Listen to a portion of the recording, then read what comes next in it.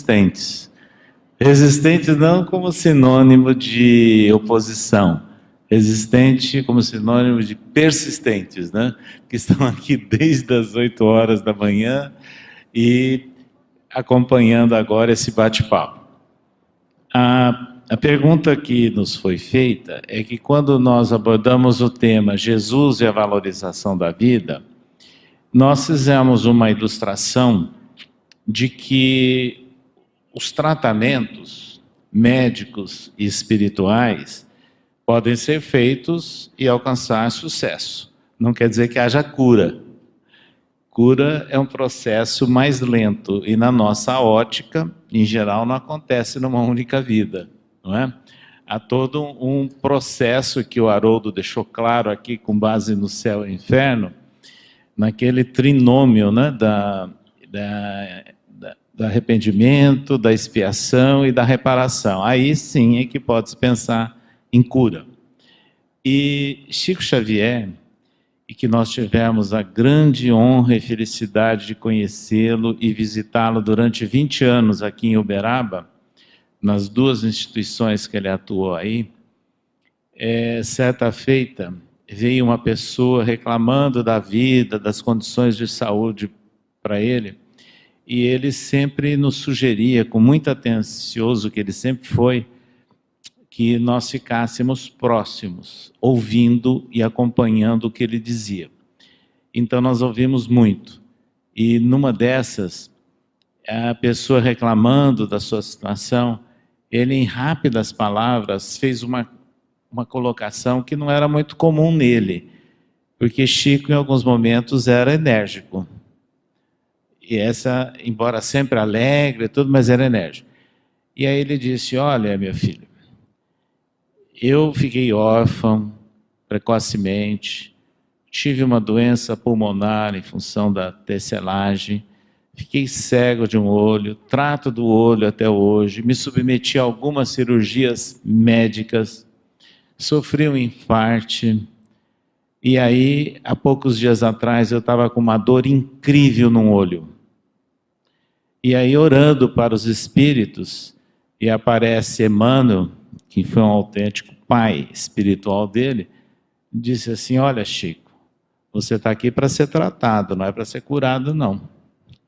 Acredito isso para o Chico agora, na atual reencarnação dele. Então é bom a gente ter clareza dessas questões, né? Então, quando eu contei uma trajetória rápida de Emmanuel para falar das dificuldades que ele optou, que ele recebeu o convite de Jesus, conforme ele registra há 2000 anos, naquele encontro a pedido de Lívia. A Flávia foi curada, mas ele não atendeu o convite do Cristo e, por livre-arbítrio, seguiu um caminho de dores, de expiações, de reparação, até chegar nessa situação de grande exegeta do Evangelho de Jesus. Então, quando nós falamos das dificuldades, né, que eles sofreram, tanto o Públio Lentulus, o senador, como a filha Flávia, e que a filha, ela foi educada de uma forma severa e férrea dentro dos conceitos do patriciado romano pelo pai, inclusive afastando do convívio da mãe, quando a mãe se tornou cristã. Então a Flávia passou a incorporar algumas questões de atitudes, de comportamento complexas, aceitáveis dentro do ambiente, do contexto da época, mas que geraram problemas. Em função disso, o comentário que eu fiz é que Flávia passou por uma fieira de reencarnações, com vários testes, passando por essa situação desse trinômio aí que está registrado no Código Penal da Vida Futura, de o céu e inferno, superando as questões do poder, da beleza, não é? Do fascínio, e também alguns desequilíbrios nas percepções medianímicas. Então foi isso que nós registramos. Então é bom nós lembrarmos disso, e o exemplo que eu dei é que o senador Públio Lentulus, depois, né, do seu esclarecimento no mundo espiritual, tanto que ele reencarnou num período curto de tempo, conforme ele próprio relata no livro, registrado isso no livro 50 anos depois Ave Cristo, né? E aparece também em Renúncia, aparecem algumas informações no livro Amor e Sabedoria de Emmanuel, escrito por Clóvis Tavares. Eu paro aí, porque foram livros psicografados e ou referendados pelo Chico Xavier enquanto encarnado. Acho que isso é importante, para não ficarmos aí fazendo especulações do ouvir dizer, de interpretação e coisas outras que acontecem.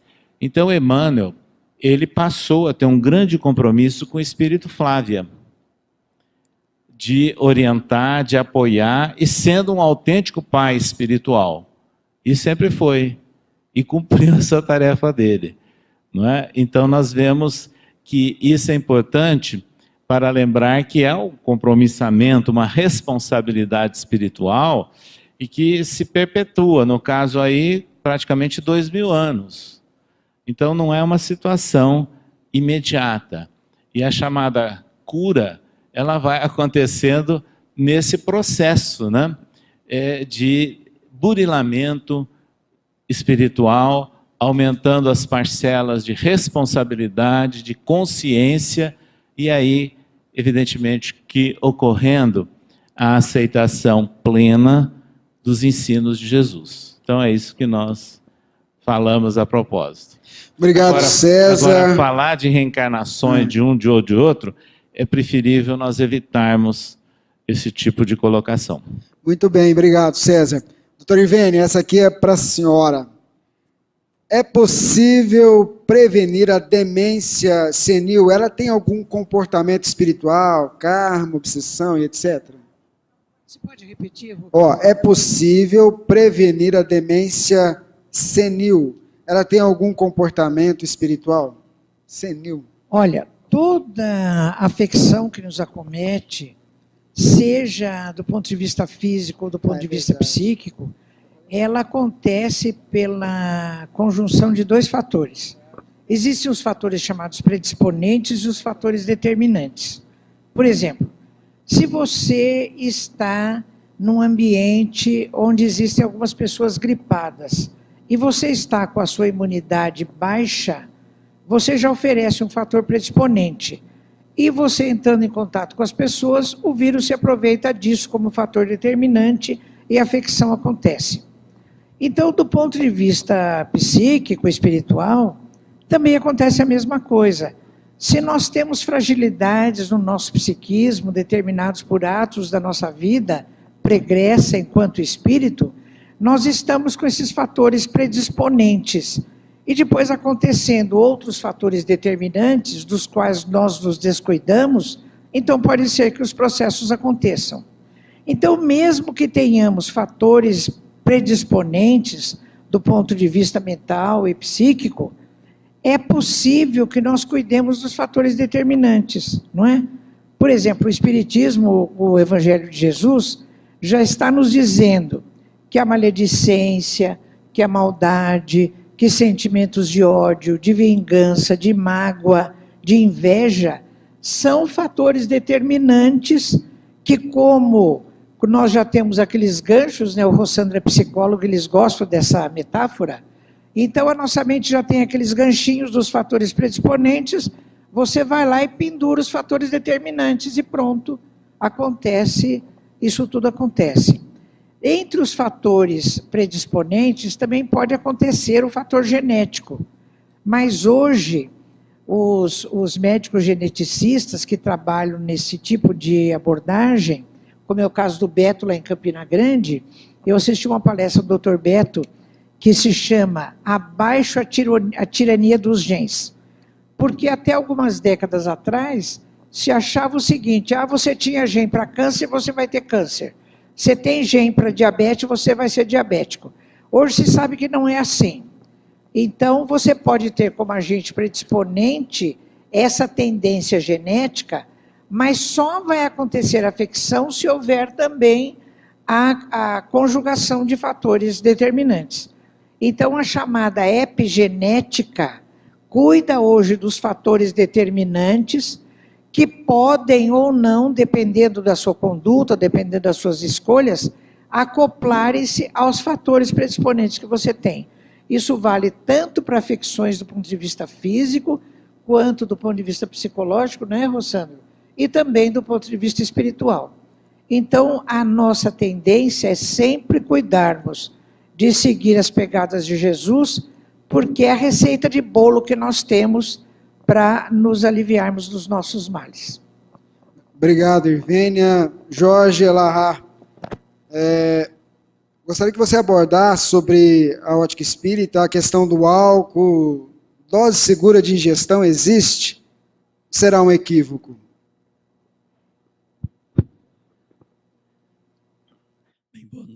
Boa noite para todos. A história da humanidade se confunde com a questão do álcool há muitos séculos, há vários milênios. Daí as almas hoje na Terra possuem uma vinculação multissecular com o álcool, criando, portanto, uma pseudo-necessidade dessa droga. Mas, embora isso seja comum, não é natural. Comum é aquilo que se vê com frequência. Natural é que conforme a lei de Deus. Então, uma coisa por ser comum, não significa que ela seja natural. E quando se trata da questão da ingestão de álcool, ela se apresenta como sendo uma desnecessidade natural do homem. Embora existam pessoas que possuem um histórico que estão vinculadas à história do álcool há muitas encarnações e por isso tentam se justificar pela sua ingestão. Agora, a dose segura é um perigo porque nós não sabemos os nossos processos históricos de contato com essa droga. Então, de repente, a ingestão dessa droga pode abrir certos porões do nosso comportamento e acessar determinadas experiências que seriam indesejáveis para nós. Portanto, tanto quanto nos seja possível, colocarmos-nos longe dela é o melhor que nós podemos fazer, embora seja tão comum na nossa sociedade que passou a ser visto como um consumo normal, mas carece de validação pela lei natural, uma vez que nós só temos na lei natural aquilo que nos faz bem. Segundo Joana de Ângeles, o bem é tudo aquilo que preserva a vida. Se não preserva a vida, não pode ser bom. Dose segura, portanto, é um risco que nós corremos por acessar um passado que precisa ser sepultado e que a nossa experiência de hoje pode abri-lo novamente. Obrigado, Elahá. Rossandro, você disse que a angústia provém da comparação. Em um caso específico em que a pessoa em depressão tem suportes diversos, material e familiar, ela estaria comparando a uma situação vivida no passado, dela mesma, ou pode ser uma comparação emocional ou espiritual? Na verdade, nesses casos, é que existe um sentimento de culpa tão profundo em algumas criaturas, quando elas encarnam, por tudo que foi feito, que mesmo quando ela é perdoada por todas as pessoas e tem o suporte de todos, há um não perdão que não foi dado dentro dela, que faz com que ela continue num processo que deixa de ser obsessivo, que deixa de ser depressão exógena, ou seja, que os agentes externos possam provocar dor e angústia, que seja endógena, no sentido de que pode ser orgânico e passa a ser um processo que é o mais difícil, que é a autoobsessão. Porque eu digo sempre que quando você está obsediado, eu posso chamar o obsessor na mediúnica e pedir para o irmãozinho seguir a luz, né? Mas se eu pedir para você seguir a luz, você desencarna. Então o processo de autoobsessão, ele é complicado, porque implica que a criatura, ela precisa se aceitar como ela é. Então o que acontece aí é que existe uma arrogância muito grande, um orgulho muito grande. Porque talvez, no plano da especulação, esta criatura tenha experimentado posições na escala dos valores do mundo muito importante e tem uma vida, aspas, desimportante agora, para que ela possa focar no desenvolvimento de emoções. E muitas vezes ela mesma pediu para ter uma vida restritiva para que a ação de equívoco dela tenha um raio de circunferência menor. Porque óbvio que quanto mais equivocado eu sou e mais poder eu tenho, mais mal eu faço. Então, se eu não estou ainda tão trabalhado, né, como o César estava dizendo, a gente tem várias existências em que a gente vai trabalhando o processo de aperfeiçoamento, é muito mais tratamento do que cura. Então, enquanto a cura não vem, eu tenho limitações. Essas limitações podem ter sido planejadas por mim ou pode ter sido algo que foi imposto. Mas, de todo modo, existe um espírito que não quer ajuda, não aceita ajuda, e ele termina afastando todas as pessoas. Talvez é quando esse abandono chega a um extremo, em que ele entra num processo tal de desertificação da alma, em que ele se encontra numa angústia tão profunda, tão só, que finalmente ele entenda que o único ser que nunca vai desistir dele, jamais vai abandonar, e vai estar esperando que ele acorde é Deus. É por isso que a experiência do deserto, nesse sentido emocional, ela é tão rica, porque é o único lugar onde todos os nossos apoios não têm mais sentido, se você é importante, se você tem titulação, se você é uma pessoa que tem condição de vida, nada funciona no deserto. No deserto, somente a vontade de voltar. E é um lugar temporário. Então, esses irmãos experimentam um processo tão grande de desertificação, que é a forma que eles encontram para expurgar toda a consciência de culpa. Então, eles só vão conseguir sair dessa condição depressiva quando eles se aceitarem como são, se perdoarem e se permitirem, coisa que ainda não fizeram, ser curado, ou ser feliz, ou ser alguém capaz de ser amado. Porque essas pessoas se sabotam. Na psicanálise, uma das coisas que chamou a atenção de Freud foi o homem arruinado pelo sucesso. Que são pessoas que planejam tudo para dar certo, e quando dá certo, elas são tão vocacionadas para não merecer dar certo, que elas fazem tudo para que dê errado. Então tem pessoas que elas se sabotam frequentemente. Mas eu queria dizer uma coisa para os sabotadores cotidianos. Existe um sabotador mais competente do que nós mesmos. Todos os dias, a todo instante, Deus sabota os nossos planos de sermos infelizes. Obrigado, Rossandro. Haroldo, essa é para você. Bom, um congressista perguntou aqui: como encarar as pessoas da atualidade que matam nas escolas, restaurantes? Ele cita aqui o Estado Islâmico. O que dizer da resposta dos vários estados em guerra com eles? Pede que você comentasse sobre isso. Eu me recordo de um congresso interreligioso que eu participei, que tinha um painel e foram várias pessoas representando os muçulmanos, e a gente percebe, gente, que eu acho que há um pouco de excesso da mídia também com relação a isso. Porque guerra, como a gente vê agora no Estado Islâmico, essas coisas estão acontecendo, acontecem frequentemente no Rio de Janeiro, né? Então, em bairros de extrema carência em Belo Horizonte, nós que somos da área judiciária, policial, é uma guerra, né? Assim, um plantão que eu faço é 10 homicídios no fim de semana. Não é? Então, e isso não tem em mídia. Isso não está na mídia. Aí matam 5 na faixa de Gaza, enquanto mataram 5 lá, morreram 1000 no Rio de Janeiro. Não é? E na minha experiência profissional, vou ser bem sincero, né? Se nós não tivéssemos um problema das drogas, nós não teríamos 90% dos crimes. As drogas ilícitas são responsáveis, e aí incluindo o álcool, né? O desregrado, né? Eles são responsáveis por 90% da criminalidade. Então, a questão que a gente começa a pensar é da cultura da violência. A cultura da violência. Quer dizer, isso é uma coisa que nos preocupa. Né? Porque mesmo nós que às vezes adotamos um discurso espírita, o seu filho chega em casa, o menino bateu, você fala, vai lá e revida. Né? Porque você não pode ser covarde, você não pode levar desaforo. Então você imagina assim, a cultura de violência, basta a gente olhar o trânsito. Né? As pessoas são profundamente valentes no trânsito, né?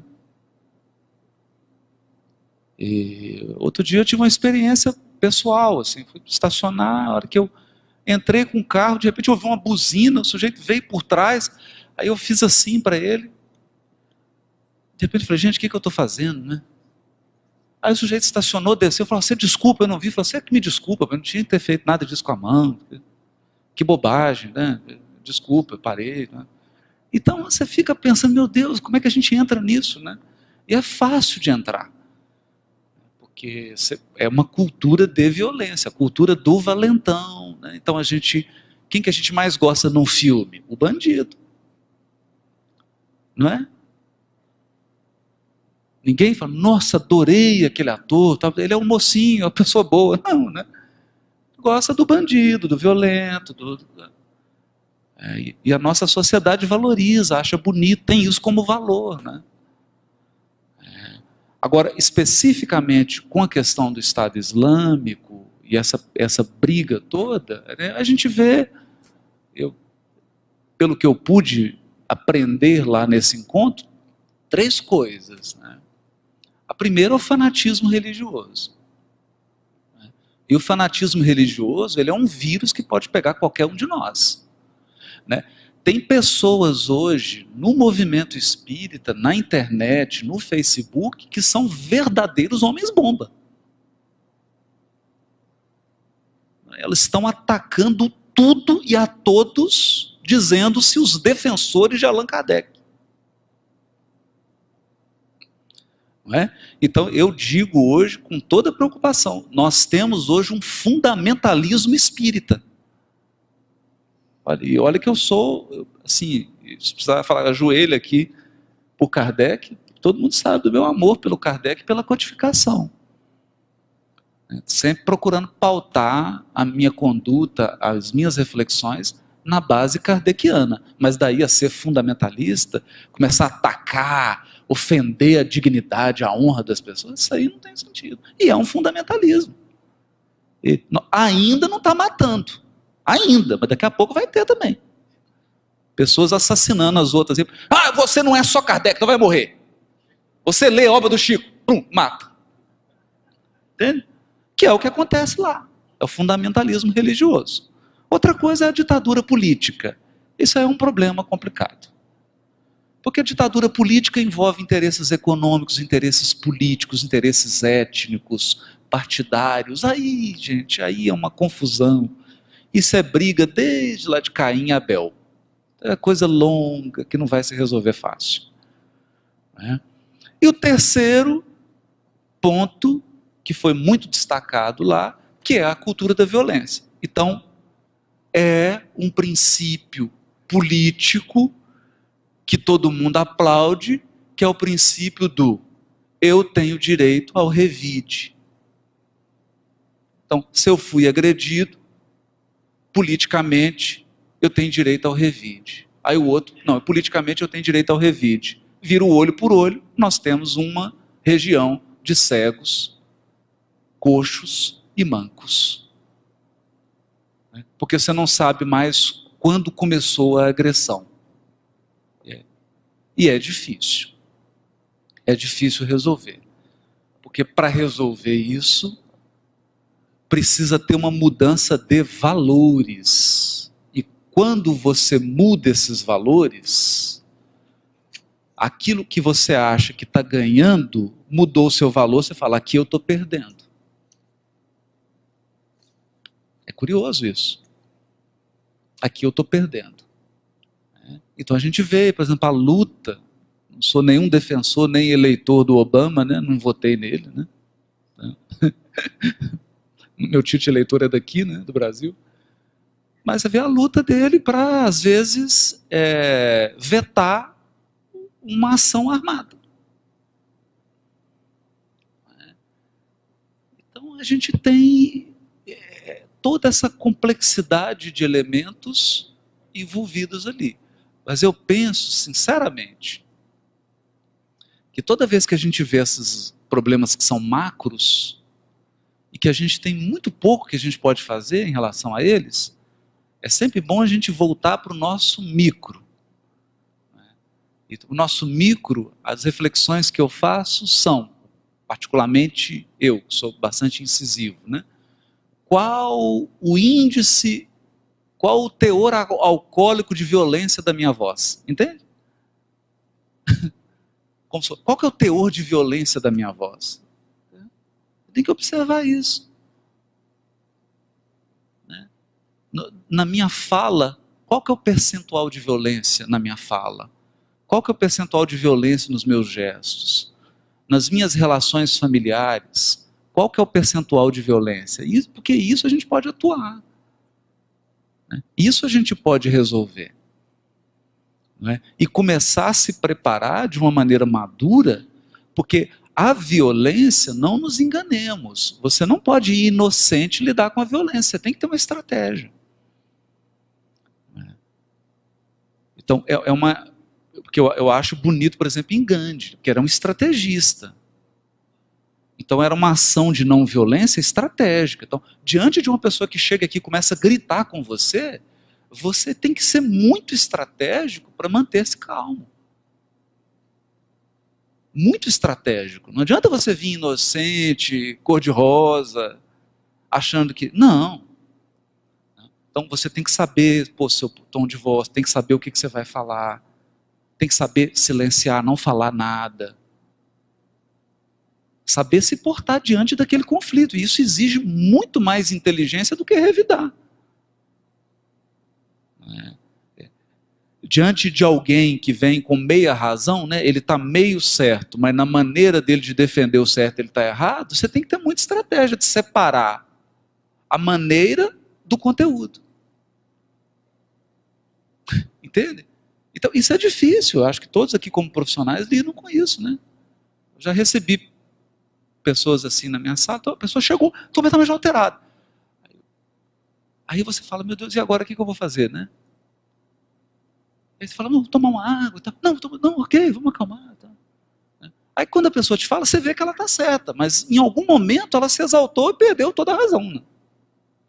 E aí como é que você faz para eliminar aquele elemento desnecessário da violência e ir direto ao ponto, ao conteúdo? Porque aquele entorno ali é uma armadilha. Se você não tomar cuidado, você está batendo boca com a pessoa. E ela acerta.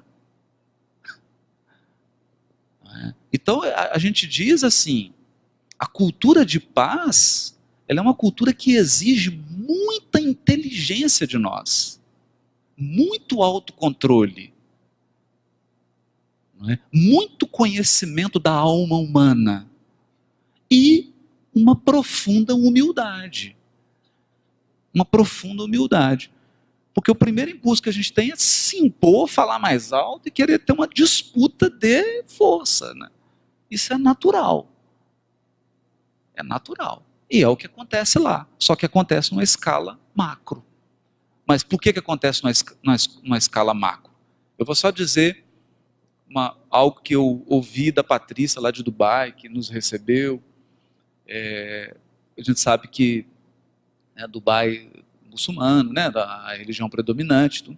Mas o que começou? Ali começou a ser uma região cosmopolita, né?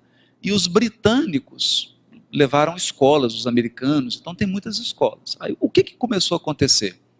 Os pilotos, funcionários, pessoas de empresa, colocam os filhos, geralmente é inglês, é europeu, americano, colocam os filhos nessas escolas, porque acreditam mais naquele processo educacional ali. E as famílias muçulmanas começaram a colocar de lá, tá, gente? Estou contando a experiência específica de lá, para a gente também não generalizar, né? Começaram a colocar as crianças nessas escolas. E, de repente, os diretores tiveram que chamar as famílias e falar assim, ou vocês educam o filho de vocês nos parâmetros comportamentais aqui da escola, ou então eles vão ter que sair da escola. Por quê? Porque as crianças eram educadas num paradigma de violência. Então elas resolviam tudo batendo, porque viam isso dentro de casa. A mãe apanhando, a violência como algo normal. E isso está criando um choque, mas é bom isso. É importante, porque é a maneira que a providência divina está encontrando de unir. Quando você une, o que eles têm de bom, eles ensinam para os outros, o que eles têm de mal, eles vão ser educados. E os outros aqui, o que eles têm de bom, eles vão ensinar, o que eles têm de ruim, eles vão ser educados. Então há essa soma. Mas a gente percebe que tudo começa na família, na cultura que a gente tem. E olha, gente, não vou mentir não, é um desafio. Quem aqui, nessa semana aqui, vamos pensar aqui, quem aqui nessa semana não perdeu a cabeça, nem que seja por um minutinho, não ficou nervoso, não levantou o tom de voz? Não. Quem? Então é um estado de vigilância permanente que a gente precisa ter para poder enfrentar isso de uma maneira estratégica, serena, até que a gente consiga educar essa energia que existe dentro de nós. Agora isso, puxando o gancho aqui do César, é um processo para séculos. Porque educar essa violência que nós temos dentro de nós não é projeto para 2 anos, 5 anos, para uma encarnação. É um projeto de longo prazo. Longo prazo. Obrigado, Haroldo. O Jorge pediu para fazer um comentário rápido. Eu queria fazer um comentário sobre essa questão, rapidinho. O cristianismo é uma mensagem de puro amor. Os evangelhos são uma mensagem de puro amor. Mas nós desvirtuamos a mensagem do cristianismo e durante a Idade Média utilizamos a mesma mensagem do cristianismo para promover as cruzadas contra o Islã, que naquela época era onde se desenvolvia todo o conhecimento científico, onde não havia perseguição religiosa e onde prosperava todo o saber e a cultura no mundo ocidental. A violência dos cristãos era muito grande, eram extremamente agressivos. E, evidentemente, no processo natural de evolução, algumas dessas almas elas foram retiradas desse cenário para permitir com que a evolução religiosa do planeta acontecesse e essas almas, de alguma forma, ficaram com encarnações mais lentas. O Islã surgiu aproximadamente no século VII. Façam as contas. 1.300 anos da agora. Nós estamos vivendo a Idade Média do Islã. Se nós tivemos o direito de utilizar a mensagem de Jesus e corrompê-la para uma mensagem de ódio, por que o Islã não pode cometer o mesmo equívoco que nós? Se nós utilizamos a mensagem de Jesus para defender a fio de espada os que eram infiéis, hoje, aqueles que estavam do lado do cristianismo, encarnados agora como islâmicos, estão no mesmo psiquismo do ontem, utilizando a mensagem do Islã, que não necessariamente é uma mensagem de violência, para utilizar-se de fragmentos que ela possa ter e levantar um grupo significativo de pessoas extremistas para realizar o que hoje nós estamos vendo. Assim como nós atravessamos a Idade Média, superamos esse período crítico e hoje temos uma visão renovada do cristianismo, o Islã, a seu tempo, passado o período mais crítico, se nós os ajudarmos, poderemos ter um período de convivência pacífica a partir do momento que o entendimento mais exato da mensagem de Muhammad e de Ali, seu sobrinho, que é uma mensagem excepcional, sublime, nós poderemos sim construir um mundo de paz, desde que tenhamos paciência para que isso se implante sobre a terra, não criando barreiras de desamor, mas nos desarmando também, para que a gente consiga construir um mundo de paz que tanto sonhamos que ele se estabeleça na terra. Obrigado, Jorge. Simão vai falar amanhã. Está com o microfone ali. Mas já aproveitando aqui, o pessoal fez uma perguntinha boa. Olha, pensando sobre o tema valorização da vida, o que podemos pensar sobre nossos irmãos homossexuais? Eles reencarnaram para sublimar o desejo ou ensinar a sociedade a aceitar o outro tipo de relacionamento? Boa noite a todos. Primeiro eu quero parabenizar, Rubens, a Rádio Fraternidade, no bom termo, pela ousadia. Vocês foram muito ousados em promover esse congresso, 1.300 pessoas. Então vocês estão de parabéns. A equipe toda que participa, eu falo aqui a Rádio Fraternidade para materializar numa palavra só, numa expressão só. Mas toda a equipe, está de parabéns. Uberlândia e região, mas Uberlândia é uma cidade que tem centenas de centros espíritas. É uma cidade cujo espiritismo ele está escrito nas paredes dos prédios, como foi no passado. Então merecia sim ter um evento, ter um encontro com esse grupo de pessoas, com esse grupo de amigos espíritas da região, de outras regiões, e aqui está. Então, parabéns a vocês, parabéns a todos que aqui trabalharam, aos que aqui se inscreveram também para esse encontro, porque é muito agradável a gente poder ver isso aqui na nossa região. Com relação à pergunta, normalmente ela surge depois de uma fala. No meu caso, ela veio provocando uma fala. Essa questão da homossexualidade, ela precisa ser primeiro melhor entendida.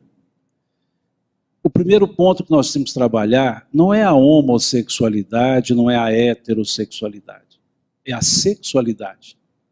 Essa energia criadora que todos nós temos. Se olharmos a questão 200 do Livro dos Espíritos, vai se perguntar aos espíritos, os espíritos têm sexo? E a resposta, não do jeito que imaginais. Não na forma material que nós conhecemos. A resposta nos leva para a sexualidade como uma energia natural do espírito, na condição de criadora. É uma energia potente, latente e nossa. Canalizá-la para o sexo, para outras áreas criativas, é a mesma energia. Quando se perguntou aos espíritos, lá na questão 201, se para o espírito, melhor dizendo, na questão 202, para o espírito se tem diferença encarnar num corpo de homem ou de mulher, a resposta foi: isso independe, desde que tenha condições para exercer as suas provas. Então nós é que criamos um reducionismo no conceito ou na aplicação da sexualidade, colocando-a numa condição de homo ou de hétero, na condição hétero como sendo se for a regra, e na condição homo como se fosse não a exceção, mas o desvirtuamento. Nós confundimos condutas pessoais com a sexualidade. O desvirtuamento está no exercício dessa energia sexual, seja hétero, na condição hétero, seja na condição homo. Não podemos associar homossexualidade a uma prova, no sentido pejorativo. Não podemos colocá-la diferente da hétero. A prova é a sexualidade, é o exercício sexual, não na homo ou na hétero. Nós criamos esse reducionismo dentro de culturas limitadas a um pensamento masculinizado ou feminilizado, e não entendemos que quando se fala em sexualidade, o elemento educativo é o afeto. Então nós temos que olhar o aspecto da afetuosidade. E o afeto, ele não tem fachada, se masculino, feminino, se hétero ou homo. O afeto são corações que se associam, que têm sentimentos que se justapõem, não se contrapõem. O afeto, ele transcende a um físico. É fácil entender isso. Nós que somos casados, pais e mães, temos os nossos filhos. Eu tenho filho homem, tenho filho mulher, amo minha filha, amo meu filho. Meu filho tem uma fachada homem e eu o amo, porque eu tenho por ele o afeto e não a atração material. Eu amo a minha filha e é feminina, é mulher, e transcendo a fachada e amo a ela pela afinidade que temos de sentimentos. a minha esposa, eu a amo pela pessoa que é. Na condição que ficamos, nos atraímos pela diferença física. Na condição que ficamos. Outros, na condição que ficam, que estão, se atraem mesmo na similaridade física, porque o afeto foi além. Então nós misturamos de forma errônea e reducionista homossexualidade com comportamento. E olhamos o comportamento desregrado e colocamos isso como se fosse da homossexualidade. Não, esse é o comportamento desregrado da sexualidade, do exercício. Que pode ser na hétero, pode ser na homossexualidade. Uma vez, eu fui convidado para fazer uma palestra aqui em Uberlândia. E à época me pediram para falar sobre a questão da sexualidade, mas queriam que eu falasse sobre a homossexualidade. E me disseram da seguinte forma: olha, porque tem muito preconceito, muita ideia preconcebida com relação à homossexualidade, então eu queria que fizesse uma palestra para tirar essa ideia discriminatória de homossexualidade, uma palestra sobre homossexualidade. Eu disse à pessoa o seguinte: não, eu não vou fazer palestra sobre homossexualidade. Como não? Eu falei, não. Porque se o título da palestra for homossexualidade, eu estou sendo discriminatório ao colocar o título. A palestra teve por título sexualidade. E trabalhamos o exercício na hétero ou na homossexualidade. Não numa forma pejorativa. Então nós temos que olhar essas almas, esses seres, e o exercício, a aplicabilidade do afeto se materializada em afagos, em carinhos, no campo do respeito, é da esfera individual daqueles. Se assim se associam, se assim se sentem. E quem dirá e quem poderá dizer que a heterossexualidade é um padrão retilíneo de comportamento moral sexual? Se fizermos uma proporcionalidade, muito desregramento nós teremos na hétero mais do que na homo. Temos mais conflitos de convivência na hétero do que na homo. Temos mais disputas de poder e espaço. Talvez, e aqui vai uma especulação completamente sem base, fundamentada, mas talvez essa barreira física criada pela cultura faça com que as pessoas vivam muito mais do afeto do que necessariamente dos estímulos materiais. E quando há o afeto, há o respeito, há a retribuição, há a compensação. Então, por que tratar a homossexualidade de forma tão reducionista, tão cultural limitada, e não enxergar que as pessoas, nós, os seres humanos, somos seres afetuosos, afetivos. Essa é. Se olharmos, se não me falha a memória, o capítulo 11 do livro No Mundo Maior, ali nós temos uma apresentação muito bela do que é a sensibilidade na homossexualidade. Quando eu vinha para essa palestra, e aí só tem o valor da comunicação de um médium só, não passou pelo controle universal da comunicação dos espíritos, mas eu tive um elemento aferidor interessante. Eu vinha para esse dia fazer a palestra aqui em Uberlândia, e minha esposa veio comigo. E no caminho eu vinha pensando como abordar o tema, porque eu estava com uma certa interrogação. A interrogação que eu tinha era mais ou menos o cerne da pergunta. A interrogação era se a homossexualidade era uma manifestação de uma forma de afeto, uma maneira de demonstrar afeto, que ainda não divisamos, ou se era pura e simples um comportamento fora de padrões pré-estabelecidos. E vinha pensando isso, dirigindo, pensando. Quando eu estava chegando, a turma da região aqui conhece, descendo ali o rio Araguari, na ponte, minha esposa fala assim, Pedro, ela me chama por Pedro, Pedro, tem 2 espíritos aqui no carro, sentado aqui atrás conosco, dizendo que estão vindo para a palestra, e são espíritos cuja existência foram homossexuais. E eles pediram para eu te falar que você, na sua pergunta que você está fazendo, e olha que eu não verbalizei, eu estava pensando, eles pediram-me para te falar que esse assunto ainda não divisamos. E que aprenderemos muito ainda sobre isso. E que ainda falta um pouco de sensibilidade geral para entender, não a complexidade, porque não é complexo, mas a envergadura do exercício do amor, do exercício do sentimento.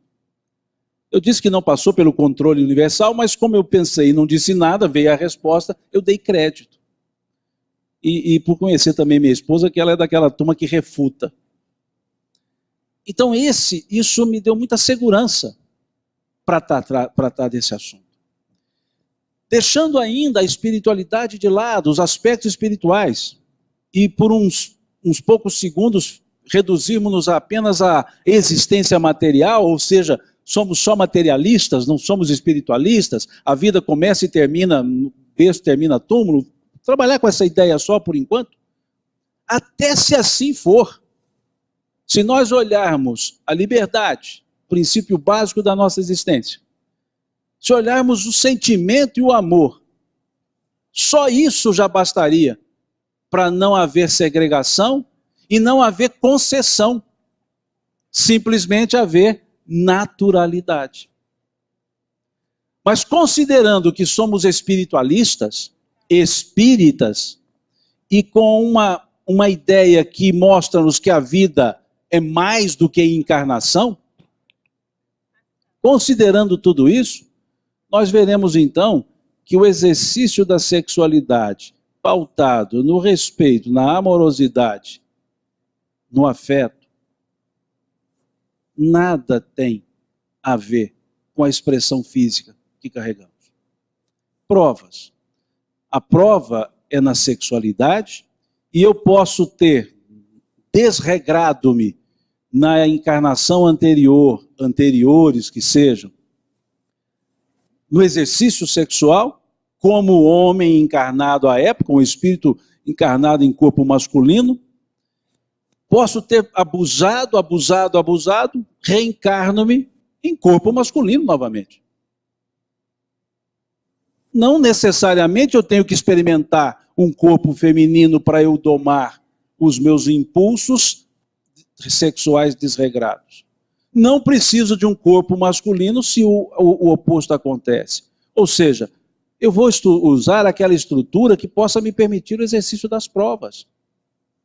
No contexto atual, menos do que no passado, ainda não é tão simples o exercício do afeto na homossexualidade, que eu prefiro chamar agora na condição de homoafetividade, porque é outra confusão que fazemos, quando vemos 2 pessoas de sexos diferentes se juntando, olhamos o sentimento e não pensamos em sexualidade. Olhamos 2 pessoas de sexos iguais juntas, pensamos em sexualidade, não pensamos em sentimentos. Isso é o juízo que nós mesmos fazemos, não são eles, não são as pessoas, outras somos nós. Então precisamos perceber que do homossexualismo foi para a homossexualidade, ou seja, entendeu-se que o sufixo ismo não era aplicável. A homossexualidade agora entende-se acertadamente que a sexualidade é consequência da afetuosidade, então passou a ser a ideia clara e bem direta, homoafetividade. Com exercício da sexualidade ou não. Mas a homoafetividade, ou seja, o afeto, é que vai ser a base para a heteroafetividade, para a homoafetividade. Então não há nada que se estranhar nesses aspectos. Lógico, a cultura na qual vivemos ainda nos contagia, A consciência coletiva ainda é maior do que a soma das consciências individuais. Então ainda há ideias de não repulsa, mas de estranheza. Mas isso vai ceder lugar. Não estou fechando questão, obviamente, não tenho competência nem cabedal para isso. Mas nós podemos trabalhar com o raciocínio que o Jorge fez, entre o natural e o comum. Não é comum a homoafetividade, mas é natural. É natural porque é do ser espiritual, é do exercício do amor. Então, nós estamos lidando com o não comum, que para nós é extraordinário. Mas, parafraseando, um autor, que não me lembro o nome agora, de um livro chamado Café, Sono e Memória, que não tem nada a ver com o assunto, mas tem tudo a ver, ele dizia o seguinte: pessoas comuns se preocupam e se ocupam com coisas extraordinárias, mas somente pessoas extraordinárias se ocupam das coisas naturais e comuns.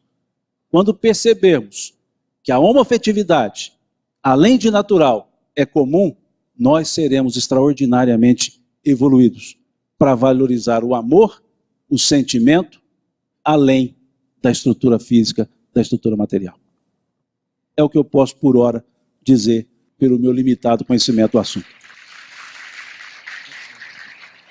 Bom, gente, tá muito bom, né? A gente não poderia deixar de terminar essa nossa sala de entrevistas sem tocar num tema que eu gostaria que cada um falasse um pouquinho, que é a questão do suicídio. Eu queria que vocês falassem um pouquinho, porque a gente tem percebido que é um tema que todas as famílias têm vivenciado. A doutrina espírita nos traz uma luz.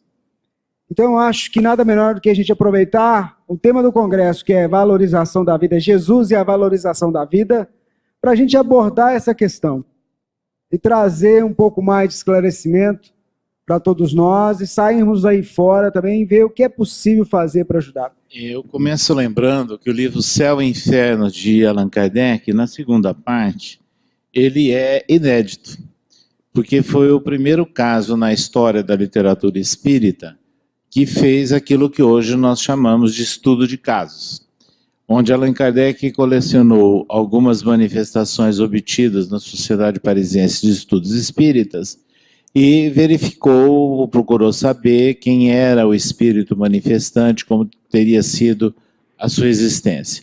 E catalogou várias dessas manifestações, deixando muito claro a diversidade dos estados de espírito. E entre esses, há os casos de suicidas. Inclusive o registro de uma personalidade espiritual que ele identificou apenas com as iniciais, porque era uma figura bastante conhecida no mundo cultural de Paris, e que era ateu, se suicidou, e ele registra na sua manifestação o constrangimento que ele sofreu no mundo espiritual ao verificar que a vida continuava, diferente de tudo aquilo que ele apregoava. Pois bem, pela psicografia de Chico, não me recordo agora bem o espírito que fez o relato, que a maior surpresa, o maior impacto do espírito suicida é chegar do outro lado e verificar que a vida continua. E acarretado, né, com os problemas provocados pelo ato que a pessoa praticou, né, precipitando o seu retorno ao mundo espiritual e atentando contra a sua própria existência. Então, a situação do suicida, em tese, é uma situação que nós poderíamos dizer bastante complexa. Agora, nós não podemos fazer uma tábula rasa aí e dar vereditos, né, de espíritos suicidas, porque cada caso é um caso. E aí nós temos aqueles casos que são provocados pela revolta, pela rebeldia, pela decepção, pela não aceitação de nada, pela ausência de crença, né, no mundo espiritual e no próprio Deus. E aqueles casos que têm, poderíamos dizer, entre aspas, algumas atenuantes, vamos assim dizer, em função de algumas situações de saúde da pessoa, de moléstia, em que interfere até na sua própria, às vezes, consciência, nas suas próprias condições. O fato é que, para nós espíritas, e nós estamos prestando atenção, inclusive na palestra aqui do Haroldo, nós estamos precisando tomar muito cuidado. Nós estamos julgando nos senhores da razão, fazendo julgamentos, pré-julgamentos, adjetivando pessoas e situações. Então, nós não temos esse direito. Então, o espírito desencarnado e que chega a uma situação dessa, para um atendimento, para um contato com médios e grupos espíritas, ele precisa de acolhimento, de carinho, de consolo, de atenção, né, de fraternidade e solidariedade. E nós temos que começar agora fazendo um grande exercício, porque a gente tem uma tendência de darmos o diagnóstico de imediato, assim, como se fosse válido para todo mundo. Não, isso é um karma, isso é um problema assim, um assado. Não, nós nem conversamos, nem conhecemos a situação, não é? Então, é importante que a gente faça essa análise. E o Haroldo, inclusive, ele entrou aqui na questão da punição e falou do perdão. E nós temos que fazer uma reflexão no movimento espírita. Nós espíritas, como é que nós estamos agindo com relação às pessoas? Isso nos preocupa muito em função do que o Haroldo citou aqui, não só através da internet, mas de várias formas, campeia um ambiente de maledicência e de denegrir imagens de pessoas, e de encarnados e desencarnados. E aí eu escrevi há pouco tempo, há uns 3 meses atrás, um artigo, foi publicado numa mídia digital e depois foi transcrito em várias outras, parece que agora mais uma vez, intitulado O Outro e Eu. E eu me lembro que um conhecido meu um dia conversou, que ouviu tantas referências horríveis a respeito de uma certa pessoa, e ele disse para o seu interlocutor o seguinte: olha, você não está falando da mesma pessoa que eu conheço. E coincidentemente, no mês de novembro, num dia que eu estava em casa, tarde da noite, eu assisti um programa de entrevistas da TV Cultura de São Paulo, me escapa o nome agora, um programa bastante conhecido e tradicional, entrevistaram o ex-presidente Fernando Henrique Cardoso. E os repórteres ali presentes, um deles provocando, disse assim: por que o senhor ficou quieto ante tantas críticas e denegrimento da sua imagem logo após ter deixado o mandato presidencial? E ele respondeu com uma proverbial sabedoria: falaram tanto que eu cheguei à conclusão que estavam criando um outro personagem. E se era um outro personagem, eu não tinha razão nenhuma para me intrometer nisso. Resolvi ficar quieto, e agora, 12, 13 anos depois, o julgamento fica para toda a população. Ao mesmo tempo, eu me lembrei de um escritor argentino, Jorge Luiz Borges, que escreveu O Outro e Eu, uma crônica num livro, se não me falha a memória, chamado O Fazedor, onde ele diz que ele, andando pelas ruas de Buenos Aires, pelas livrarias e até filmes e documentários, ele via resenhas sobre ele. Ele olhando tudo aquilo e chocado, né, até impactado, e dizendo: mas será que sou eu mesmo? E aí ele escreve um artigo, uma crônica, e termina dizendo: já não sei quem está escrevendo, se é o outro ou se sou eu. Bom, Aí eu me lembrei de Chico Xavier. Chico Xavier, quando completou 50 anos de mediunidade, ele foi muito entrevistado. Aliás, não festejou nada. Quem quisesse que fosse ao Uberaba participar das suas atividades. E um deles fez uma pergunta nessa linha, e ele respondeu assim: eu sou o Chico, não sou o Chico Xavier que vocês pensam que eu sou. E estou fazendo força para ser um Chico Xavier comprometido com Jesus. Então, quando nós olhamos esse conjunto de questões entre o outro e eu, e as informações de espíritos encarnados, de espíritos desencarnados, nós temos que ter um lembrete muito grande: não julgueis. Amar ao próximo como a si mesmo, inclusive com relação aos suicidas. Eu vou pedir para a Irvênia falar para a gente também um pouquinho sobre esse tema que é o suicídio.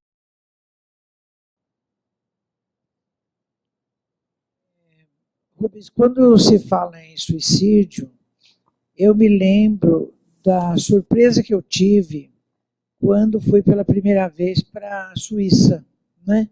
Acompanhando a doutora Marlene e toda a equipe que todo ano fazia o que ela chamava de périplo, né? Então, quando eu cheguei, a primeira vez que eu viajei com ela foi em 2008, e todos os anos eu continuei a viajar. Quando eu cheguei na Suíça, eu fiquei maravilhada com aquele país, porque a paisagem é muito bonita, né? Aqueles vales, aquelas montanhas, tudo muito bonito.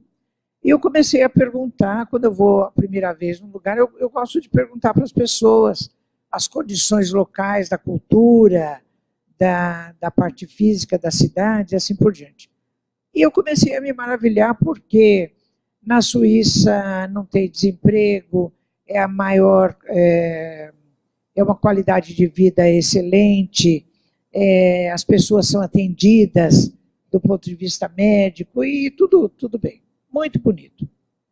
Mas, de repente, eu comecei a ver o outro lado da questão. Por exemplo, em Zurique, existem clínicas de suicídio assistido. 2 delas recebem, inclusive, estrangeiros. Então, a legislação lá na Suíça, ela tem uma brecha que permitiu que são ONGs, estabelecessem essa coisa que ficou institucionalizada do suicídio assistido. Então, como é que funciona?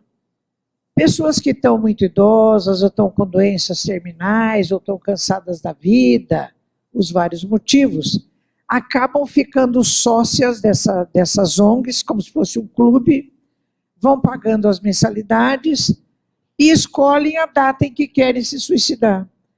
Um dos casos mais famosos dos últimos anos foi o de um casal inglês.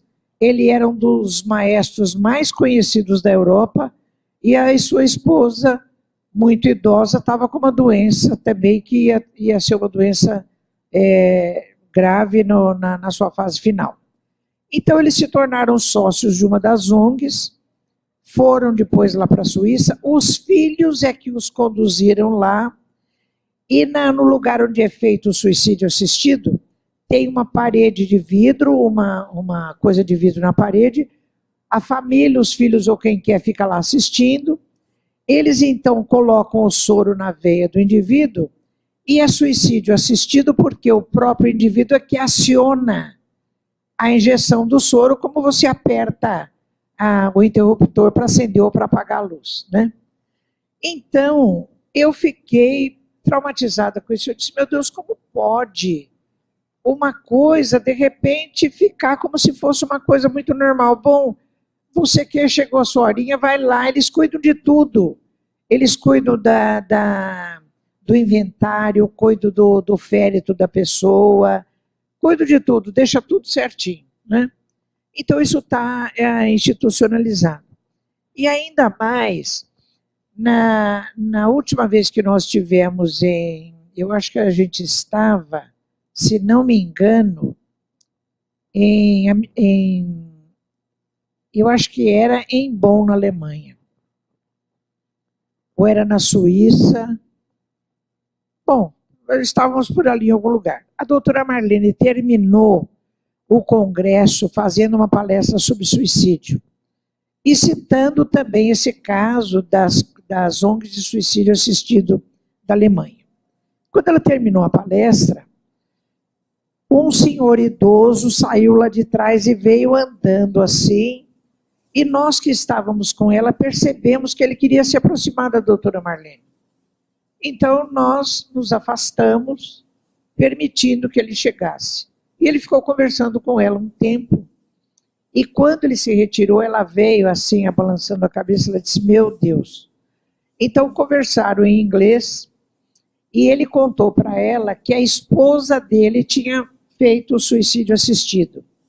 E que depois de tudo que a doutora Marlene falou, e ele veio assistir a conferência, porque ele estava incomodado com aquilo, tinha ficado uma coisa incomodando na sua mente, e ele veio falar para a doutora Marlene que depois de tudo que ele ouviu, ele acabou tendo certeza de que ela não queria, porque diz que por 3 vezes, foram à clínica, e uma hora ela esquecia um documento, outra hora era isso, outra hora é aquilo, e nunca concluíam o processo. Até que depois, acho que vencida pelas pressões, ela acabou indo e ela foi levada ao suicídio assistido. Então a doutora Marlene conversou com ele e disse, olha, se isso já aconteceu, o senhor não se culpe, porque foi uma coisa que foi levada pela cultura que está se estabelecendo lá na Europa, né? Da eutanásia neonatal que já tem na Holanda, e está contaminando a Alemanha, do suicídio assistido que existe lá na Suíça e está contaminando outros países, tanto que já existem essas 2 clínicas que recebem estrangeiros. Então ela disse, olha, se o senhor está convencido do que eu disse aqui, e está aceitando que isso é uma coisa questionável, o senhor converse daqui por diante com seus amigos idosos e com pessoas quando surgir esse assunto relacionado ao suicídio assistido. Mas é uma coisa pela qual a gente tem orado muito, a doutora Marlene tinha muita preocupação com isso, e ela disse que o próprio doutor Bezerra tinha lhe solicitado mais participações no nosso grupo, lá em Zurique, visando exatamente esse tema questionável do suicídio assistido. Rossano, pode falar, você já está com o microfone na mão aí. Certo. Bom, eu queria falar não sobre o suicídio, mas sobre a família que fica. Porque, assim, eu atendo há 20 anos e, às vezes, eu atendo uma pessoa que chega num processo de destruição psicológica por um suicídio que aconteceu com o bisavô. E aquilo vai no efeito dominó, chocando toda a família. Então, é importante que a gente entenda que nós temos limite em ajudar as pessoas. Por mais que a gente ame, a gente não pode deixar de viver para fiscalizar 24 horas um ser humano que decidiu se destruir. E muitas pessoas entram num processo de destruição total. Aquela pessoa se mata e leva junto a vida da família inteira, que fica feito um zumbi tentando sobreviver à culpa, à dor, à angústia, à vergonha e o constrangimento. Porque as pessoas também sofrem preconceito, como se fossem incompetentes por terem deixado aquele filho, aquele pai ou aquela mãe se suicidar. E não são incompetentes. Estão sofrendo muito e precisam de socorro e não precisam da culpa. Porque chega um momento na vida em que as pessoas que a gente ama resolvem pular no mar. Eu sempre uso essa figura de linguagem com os pacientes. A gente estende a mão. E se ao invés de querer subir no barco, ela quiser puxar a gente para afundar junto é prova de amor? A gente tem que entender que, primeiro, o Espírito é eterno. Por mais que seja uma dor que ele vai passar e provocar em nós, o Espírito é eterno.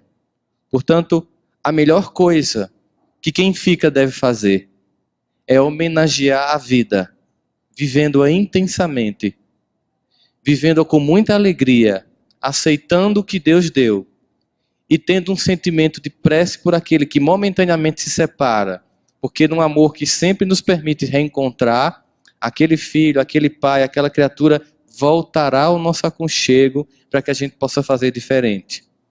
Para quem fica, nada de culpa. Para quem fica, homenagem à vida. Para quem fica, gratidão por tudo que foi vivido. Para quem fica, sentimento de dever cumprido. Porque tem hora que nós não podemos decidir pelo outro, por mais que a gente ame. Obrigado, Rossandro. Vou pedir para o Haroldo falar um pouquinho para a gente inverter aqui. Eu queria, acho que o que eu posso contribuir, trazer a reflexão para um viés bíblico. E dar uma fala também que reflete um testemunho pessoal, né? Eu acho que o supremo desafio do ser humano é aceitar uma instância superior. E por que eu estou dizendo isso? Porque se você está aí pensando em suicidar ou está ouvindo aqui a Rádio Fraternidade, está com esse intento, tem duas coisas para te dizer, né? Não vai resolver, vai multiplicar o problema. E é muito normal querer ir embora. Isso é normal.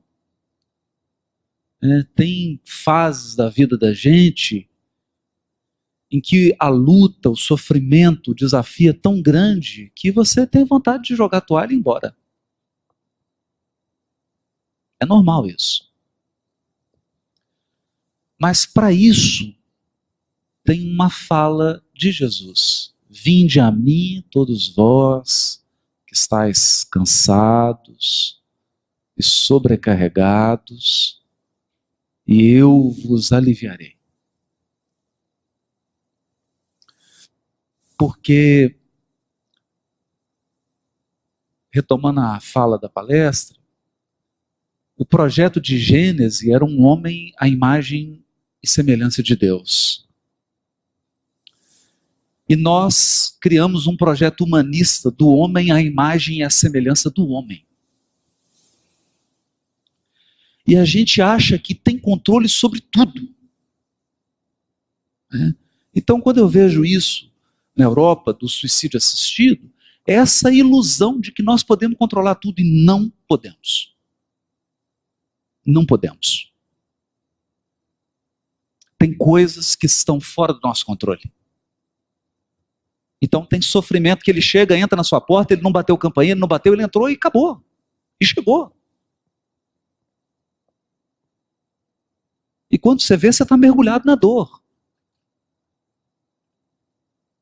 E quando você vê, você não tem força para levantar. Porque ali, você está face a face com uma instância superior. Então, há uma letra do Fernando Brant, cantada pelo Milton Nascimento, uma música chamada Outubro, que ele diz assim: acolher com amor essa dor.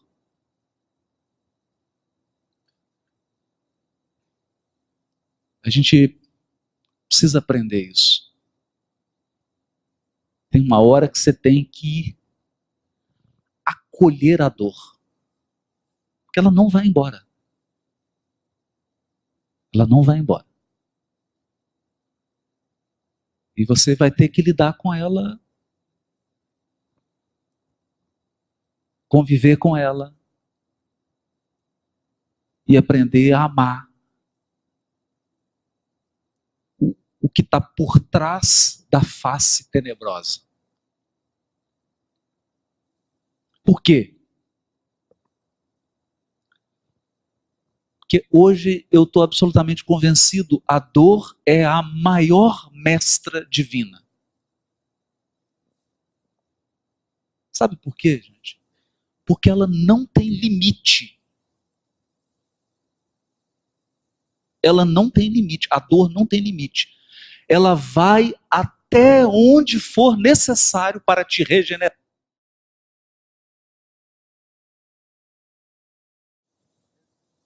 Ela é a última razão.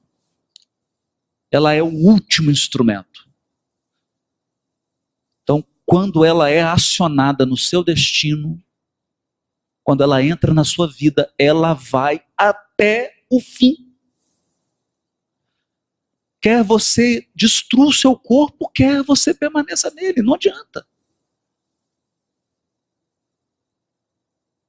Então é importante dizer que isso que está acontecendo na Europa é a crise do projeto do homem sem Deus. Do homem que se crê destino, e ele não é. Existe uma instância superior. Existem elementos da vida que escapam do nosso controle.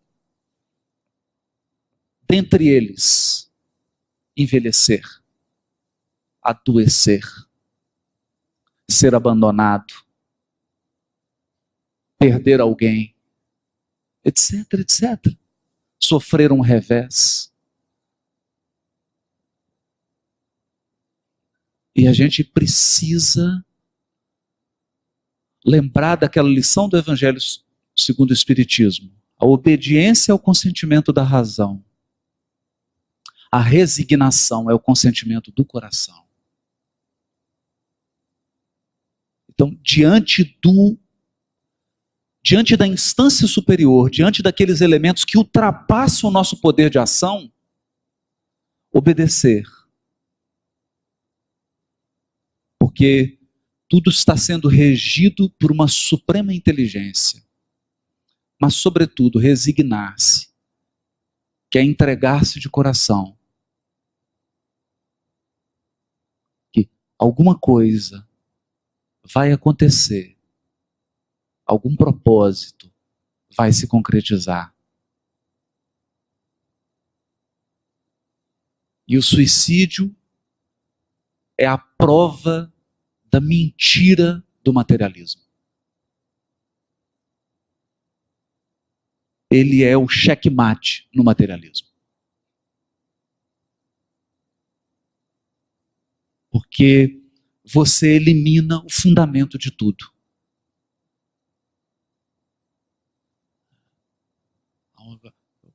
Penso que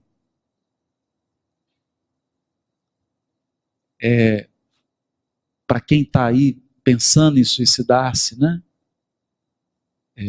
Não multiplique o seu problema. Não multiplique o seu problema. Acolha a dor. Acolha as conjunturas. Eu sei que não é fácil. Eu sei que isso é um desafio. Mas não tem outro caminho. Não tem outro caminho. E quando a gente adota essa postura de reverência à instância superior,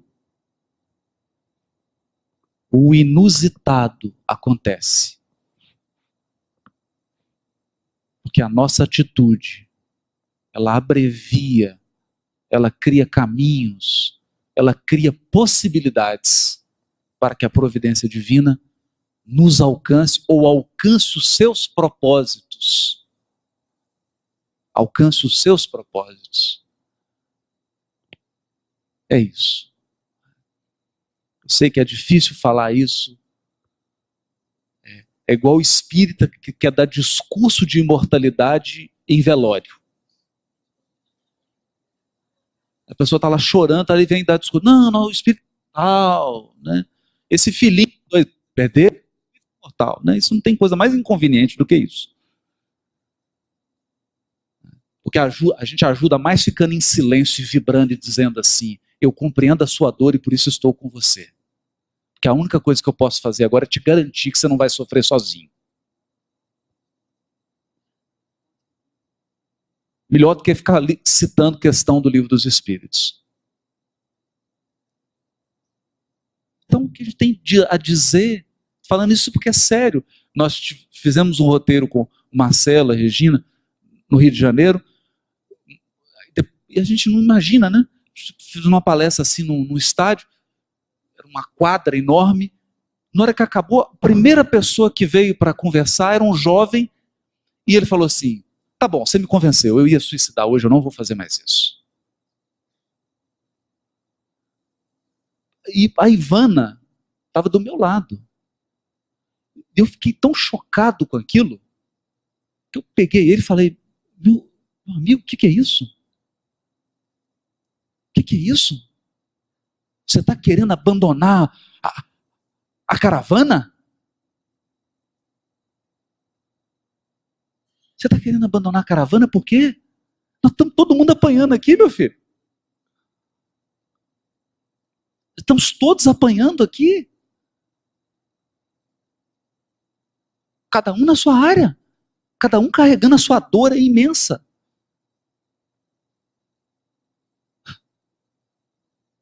Como diz o ditado mineiro lá, né? Se eu for contar a minha dor para o carroceiro, até o cavalo chora.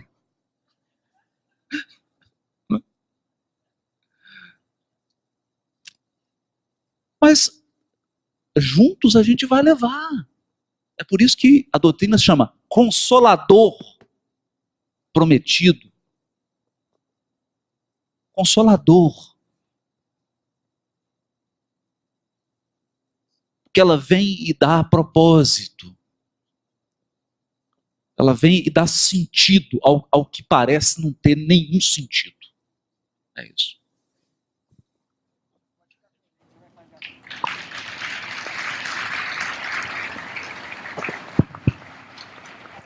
Pedir para o Simão falar também sobre esse tema. Você, Simão, pode falar. Primeiro, são dois pontos que eu queria abordar. A ótica do suicídio em si e, aproveitando o gancho que o Rossandro colocou, dos que ficaram. O suicídio, num primeiro olhar, é como se fosse uma rescisão unilateral de contrato. Quando nós vamos nos encarnar, nós fazemos um acordo. Nós participamos da escolha das provas. É o que vemos lá na questão 258 até 262 do Livro dos Espíritos. Escolhemos o gênero de vida, o gênero de provas. Na linguagem do Cristo, meu Pai não coloca fardos pesados em ombros fracos. Então nós temos já a visão, a antevisão, por assim dizer, das nossas provas, das dificuldades, da vida material, da encarnação que nós encontramos. Fazemos esse acordo e ali dimensiona-se também um tempo da existência material, até pela presença do fluido vital que vai animar o corpo, manter esse corpo vivo, até que aconteça a morte do corpo, como vemos lá na questão 69 do Livro dos Espíritos, que diz que a morte é a cessação dos órgãos físicos. Então tudo isso é programado, a hora, o nível, o tônus. E aqui, conforme vemos também no Livro dos Espíritos, a proposta da vida material, da encarnação, é a questão 132, é a evolução, é o aprimoramento. Qual a finalidade da encarnação dos espíritos? É a pergunta. Deus vos impõe a encarnação com a finalidade de vos fazer progredir. Então aqui na Terra é o nosso laboratório de exercícios práticos para o nosso crescimento. Como vemos o Espírito São Luís escrevendo sobre isso no capítulo 4 do Evangelho segundo o Espiritismo, sobre o nascer de novo, e ele escrevendo dizendo que é por um exercício material que nós desenvolvemos o nosso aprendizado, aplicando-o na prática. Não quer dizer que não se evolua no mundo espiritual.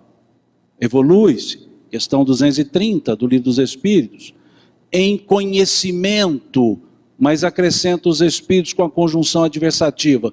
Porém, somente o contato com a matéria pode exercitar esses conhecimentos adquiridos. Então a Terra, uma encarnação, ela é fundamental para nós.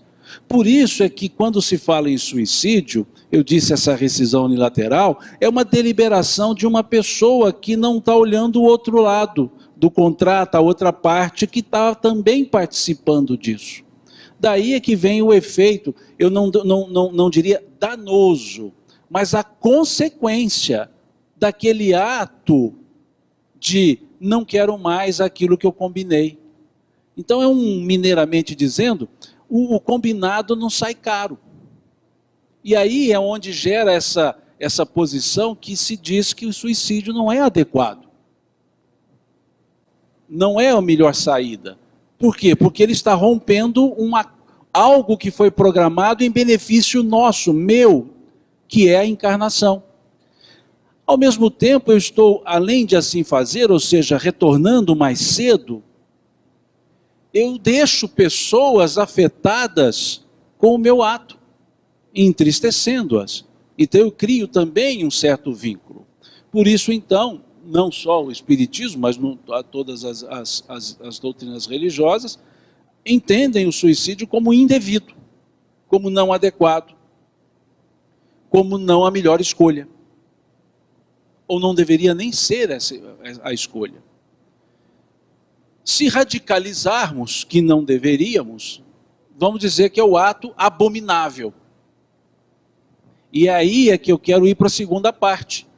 Quando falamos abominável, é comum vermos nos centros espíritas atender as pessoas familiares de suicidas e tecer o cenário pós-suicídio. Que o purgatório e o inferno de Dante perdem em muito para o cenário que é tecido. E até fundamentado, dizendo assim, não, mas lá no livro Memórias de Suicida, sim, lá no livro tem aquele cenário para aqueles suicidas. E isso, em vez de levar alento, esperança para os familiares, gera desespero e tristeza. E o que os espíritos nos falam a respeito das consequências do suicídio? É a questão 957 do Livro dos Espíritos. Quais são, em geral, para o suicida, as consequências do suicídio, para o espírito, a consequência do suicídio? E os espíritos respondem, uma resposta maior, mas eles respondem, as consequências, em geral, são várias, dependendo das condições nas quais ocorreu o ato. A única consequência que é igual para todos, vejam, a única consequência que é igual para todos é a decepção de se verem vivos. Então essa é a única consequência que nós podemos dizer de forma geral. Decepção. Ou seja, você queria fugir da vida, você aclarou-se na vida com o suicídio porque você viu que não acaba. As outras consequências são várias, dependendo das circunstâncias. O que nos leva ao livro Céu e Inferno, ao capítulo 7, que é o Código Penal da Vida Futura, lá no artigo 11 desse Código Penal da Vida Futura, que diz: uma mesma falta praticada por pessoas diferentes tem expiações diferentes em função da atenuante ou da agravante que gerou o fato. Um suicida em alto grau depressivo, um suicida na fuga do materialismo, um suicida com autoconhecimento da continuidade da vida, são situações completamente diferentes e consequências completamente diferentes. E a lei de Deus, é redundância, mas a lei de Deus é justa. Ela não é justiceira. Ela não pune. Ela tem as condições já previstas da autorresponsabilização. E aí cada um vai responder por si, cada um dará contas de si mesmo a Deus. E cabe-nos levar o alento da esperança da continuidade da vida para os familiares que ficaram.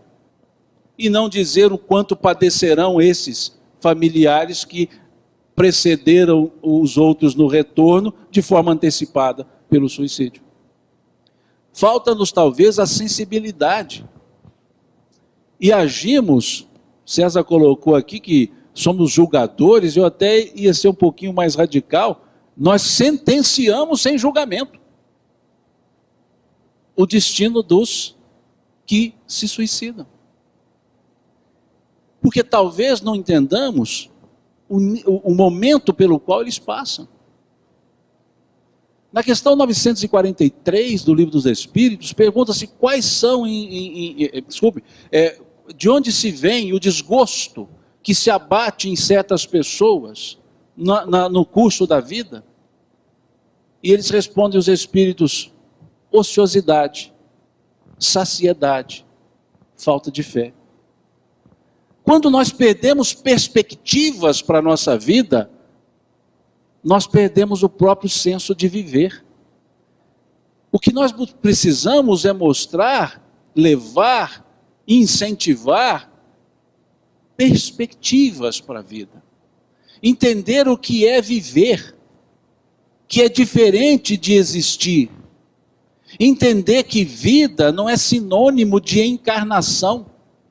Encarnação são etapas, são momentos de uma vida que não termina.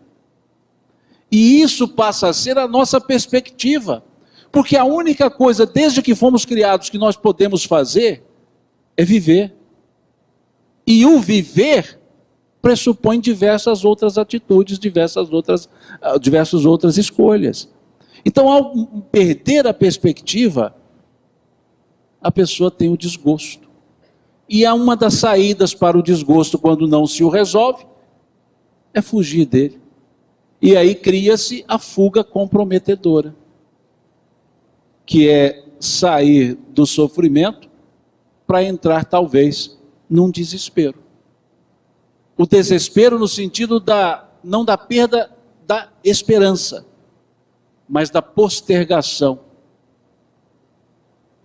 Porque se observarmos, não é fácil encarnar.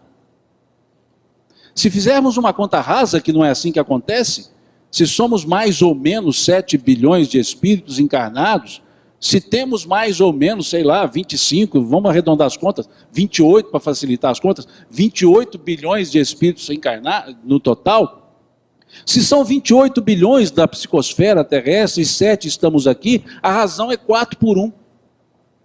Se vivemos em média, vamos colocar aí que seja 80 anos, então uma idadezinha boa, né, para a gente viver, na média, porque tem uns como eu, deve ser uns 132, 134 anos, pelo tanto que eu tenho que consertar ainda, mas 80 anos, na razão de 4 por 1, e supondo que todos desencarnassem de uma vez só, e todos reencarnassem de uma vez só, levaríamos 320 anos para voltar aqui.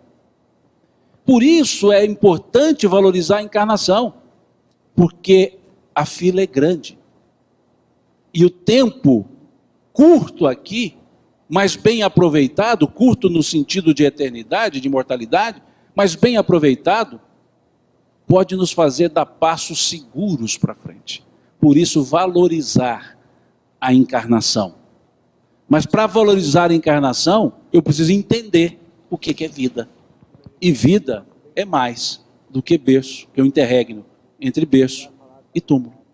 Vida não tem fim. Eu sou vivo, estando nascido ou estando morto, mas eu sou vivo. E esse conceito é que dá a condição de valorizar a encarnação. E valorizando a encarnação, eu tento lutar para vencer os obstáculos e ir até o fim do meu corpo físico, enquanto ele assim aguentar. Então essa é a ideia, é esperançosa a vida, é esperançosa a encarnação, e é inadequado o ato do suicídio, porque ele não vai, eu estou dizendo inadequado, porque ele não vai atingir o objetivo daquele que quer tentá-lo. O objetivo de sair do sofrimento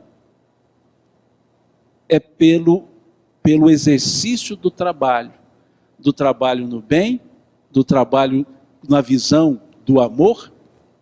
Esse é o método adequado de se lidar com os reveses da vida, com os acontecimentos da vida.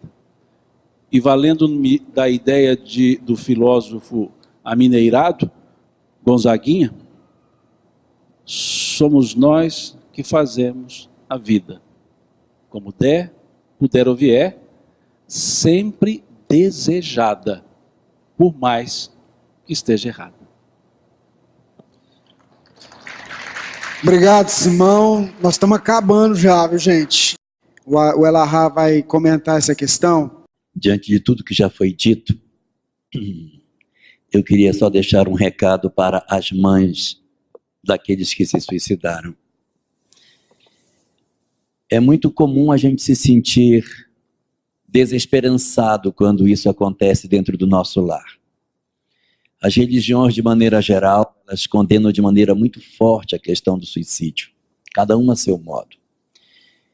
E muitas vezes a gente, ao chegar à doutrina espírita, ao movimento espírita, trazemos a esperança de encontrar alguma reste de consolo para as nossas vidas.